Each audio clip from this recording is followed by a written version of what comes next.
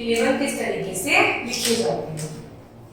अपने विचारों को एक निश्चित बंधे हुए क्रम में प्रकट करना ही निबंध कहलाता है। आपके मन में किसी विषय को लेकर यदि कोई विचार है और आप उनको क्रमबद्ध तरीके से सही ढंग से जब व्यक्त करते हो तो वही आपका पैराग्राफ क्या कहलाता है बेटा? निबंध कहलाता है। अच्छा निबंध लिखने के लिए इन बातों का ध्यान रखना चाहिए। नंबर 1, निबंध की सभी बातें क्रम में हो। दूसरा, निबंध की भाषा सरल हो। तीसरा, सभी बातें अलग अलग अनुच्छेदों में लिखी हो किंतु इनमें से किसी भी बात को दोहराया ना जाए। हर बात को हमें एक एक पैराग्राफ में करके लिखना है और ऐसा नहीं होना चाहिए कि निबंध में हम एक ही बात को 2 बार या तीसरी बार दोहरा रहे हैं। तो आइए पढ़ते हैं निबंध स्वाधीनता दिवस के ऊपर। आजादी से बढ़कर मनुष्य को कुछ और प्यारा नहीं होता, किंतु दुर्भाग्य से हमारे देश को अनेक वर्ष गुलाम रहना पड़ा। सन 15 अगस्त 1947 को भारत स्वतंत्र हुआ। यह दिन अनेक शहीदों के बलिदानों व क्रांतिकारियों के कठिन संघर्ष के फलस्वरूप प्राप्त हुआ। प्रतिवर्ष इन दिन को हम स्वाधीनता दिवस के रूप में मनाती हैं। विद्यालयों, सरकारी कार्यालयों में राष्ट्रीय ध्वज फहराया जाता है। राष्ट्रगान होता है। दिल्ली के लाल किले से राष्ट्रपति व प्रधानमंत्री राष्ट्र के नाम संदेश देते हैं। सेना के तीनों अंग परेड करते हुए झंडे को सलामी देते हैं। विद्यालयों में अनेक सांस्कृतिक कार्यक्रम होते हैं और सबको मिठाइयां व मेधावी विद्यार्थियों को इनाम बांटे जाते हैं। सारा देश इस दिन उमंग व खुशी में डूब जाता है। देश की प्रगति व सुरक्षा हम सबके परिश्रम व सावधानी पर निर्भर करती है। अतः हमें इस ओर विशेष ध्यान देना होगा। तो आप देख सकते हैं स्वाधीनता दिवस पे किस तरीके से निबंध लिखा गया है। पहले बताया गया है कि क्यों मनाया जाता है, ये कब मनाया जाता है, इस दिन हम क्या करते हैं, हमारे स्कूल में क्या होता है, दिल्ली में क्या होता है, जगह जगह क्या किया जाता है इस दिन। नेक्स्ट आता है शिक्षा का महत्व। शिक्षा मनुष्य का सच्चा श्रृंगार है। अनपढ़ मनुष्य न समाज के लिए उपयोगी बन पाता है और न परिवार के लिए। उसे कदम कदम पर अनेक समस्याओं का सामना भी करना पड़ता है। जहां शिक्षा का जितना प्रचार प्रसार होगा वहां उतनी ही खुशहाली होगी। शिक्षा मनुष्य को उचित अनुचित का विवेक प्रदान करती है। शिक्षा मनुष्य को उसके व्यक्तित्व के विकास का पूर्ण अवसर देती है, जिससे व्यक्ति का ज्ञान निरंतर बढ़ता जाता है। शिक्षा से आत्मविश्वास दृढ़ होता है और व्यक्ति स्वाभिमान से जी सकता है। शिक्षा के माध्यम से उसे रोजगार के अनेक अवसर भी प्राप्त होते हैं। तो क्या बताया कि शिक्षा हमारे लिए जरूरी होती है, शिक्षा के बिना क्या होता है और यदि शिक्षा होती है तो क्या होता है। खेद की बात है कि अभी भी हमारे देश में अनेक लोग शिक्षा से वंचित हैं, मतलब बहुत लोगों को शिक्षा नहीं प्राप्त हो पाती है, जबकि सरकार की ओर से काफी प्रयास किए गए हैं। कुछ लोग धन के लिए बच्चों को विद्यालय न भेजकर काम पर भेजते हैं। यह बच्चों के साथ अन्याय है। बहुत लोग ऐसे हैं जो शिक्षा के लिए बच्चों को स्कूल न भेजकर उन्हें पैसे कमाने के लिए बचपन से ही भेज देते हैं। ये तो शिक्षा के लिए अन्याय होता है। सभी बच्चों को शिक्षा प्राप्ति के लिए विद्यालय जाना चाहिए।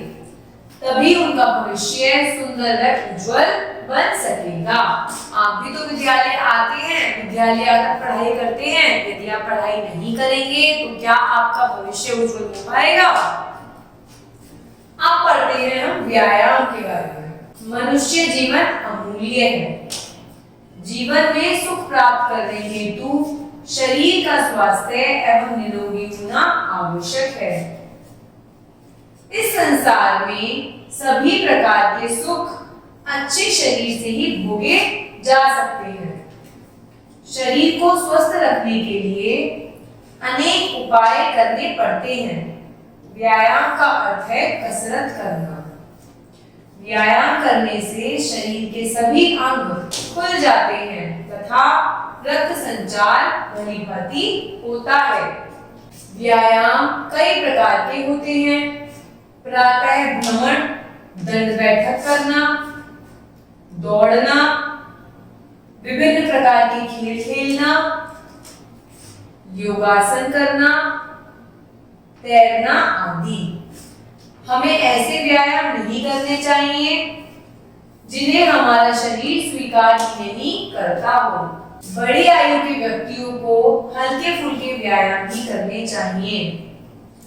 व्यायाम से शरीर लचीला बनता है, जिससे स्फूर्ति बनी रहती है। आलस्य दूर करने के लिए व्यायाम उत्तम साधन है। इससे मनुष्य में कार्य करने की शक्ति बढ़ती है। व्यायाम से खूब भूख लगती है तथा खाया पिया हजम हो जाता है। ऐसी स्थिति में रोग पास भी नहीं फटकते। अक्सर देखा गया है कि जो विद्यार्थी व्यायाम नहीं करते उनका शरीर बेडौल हो जाता है, उनकी आंखें कमजोर हो जाती हैं। ऐसे विद्यार्थी थोड़ा सा परिश्रम करने से थक जाते हैं, उन्हें नींद अधिक आती है, जिस कारण वे आलसी बन जाते हैं। इसका बुरा असर अनेक अध्ययन पर भी पड़ता है। योगासन भी अच्छा व्यायाम है। योगासन शरीर को स्वस्थ रखते ही हैं, साथ ही मन को शांत एवं एकाग्र रखने में भी बहुत सहायता करता है। जो योगासन होता है मन को भी शांत रखता है, शरीर को भी अच्छा रखता है और हमारी मदद भी करता है। व्यायाम सदा खुले एवं स्वच्छ स्थान पर करना चाहिए, जिससे फेफड़ों को भरपूर ऑक्सीजन मिले। शारीरिक क्षमता से बढ़कर व्यायाम करना उचित नहीं। इससे लाभ के स्थान पर हानि हो सकती है। अगर आप अपनी कैपेसिटी से ज्यादा व्यायाम करोगे तो आपको व्यायाम का लाभ नहीं होगा, हानि हो जाएगी। जितना व्यायाम आपका शरीर अलाउ करता है आपको उतना ही व्यायाम करना चाहिए। सर्वोत्तम यह है कि बच्चों को व्यायाम की आदत बचपन से ही डाली जाए। जब बच्चे बचपन से व्यायाम करने की आदत डाल लेते हैं या हम बचपन में पेरेंट्स दिलवा देते हैं उन्हें, तो वो आगे तक उनकी सहायता करते हैं और उनके शरीर के लिए अच्छा होता है। अब हम पढ़ेंगे होली के बारे में। होली रंगों का त्योहार है। यह त्योहार फाल्गुन मास में मनाया जाता है। भारत में अनेक त्योहार उल्लास पूर्वक मनाए जाते हैं, किंतु रंग रंग और मस्ती जो वातावरण होली को देखने को मिलती है वह अत्यंत दुर्लभ है। इस त्योहार को बसंत का यौवन भी कहा जाता है। होली के साथ जुड़ी कथाओं में सबसे विख्यात कथा दानवराज हिरण्यकश्यप एवं उसके पुत्र प्रहलाद की है। हिरण्यकश्यप एक घमंडी राजा था। उसने अपने राज्य में भगवान का नाम न लेने की आज्ञा दे रखी थी, परंतु उसी का पुत्र प्रहलाद ईश्वर भक्त था। दैत्य हिरण्यकश्यप ने उसे मारने के लिए अनेक उपाय किए, परंतु ईश्वर की कृपा से प्रहलाद का बाल भी बाका नहीं हुआ। हिरण्यकश्यप की बहन का नाम होलिका था, जिसे यह वरदान था कि वह अग्नि में नहीं जल सकती, मतलब प्रहलाद की बुआ को। दानव राजा के कहने पर वह प्रहलाद को गोद में लेकर लकड़ियों के ढेर में बैठ गई। लकड़ियों में आग लगा दी गई। होलिका आग में जल मरी और प्रहलाद प्रभु कृपा से बच गया। मतलब होलिका को वरदान था कि वो नहीं जलेगी, पर उसने गलत इंटेंशन से प्रहलाद को अपनी गोद में बिठाया था, लेकिन प्रभु की कृपा किस पे थी? प्रहलाद पे थी। तो कौन जला? होलिका जली।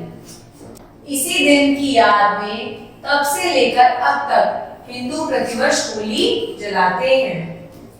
इस प्रकार हर वर्ष होलिका दहन से पाप एवं बुराई के नष्ट होने की कामना की जाती है। हम हर होली पे यही कामना करते हैं कि सब पापों का अंत हो और बुराई का दहन हो।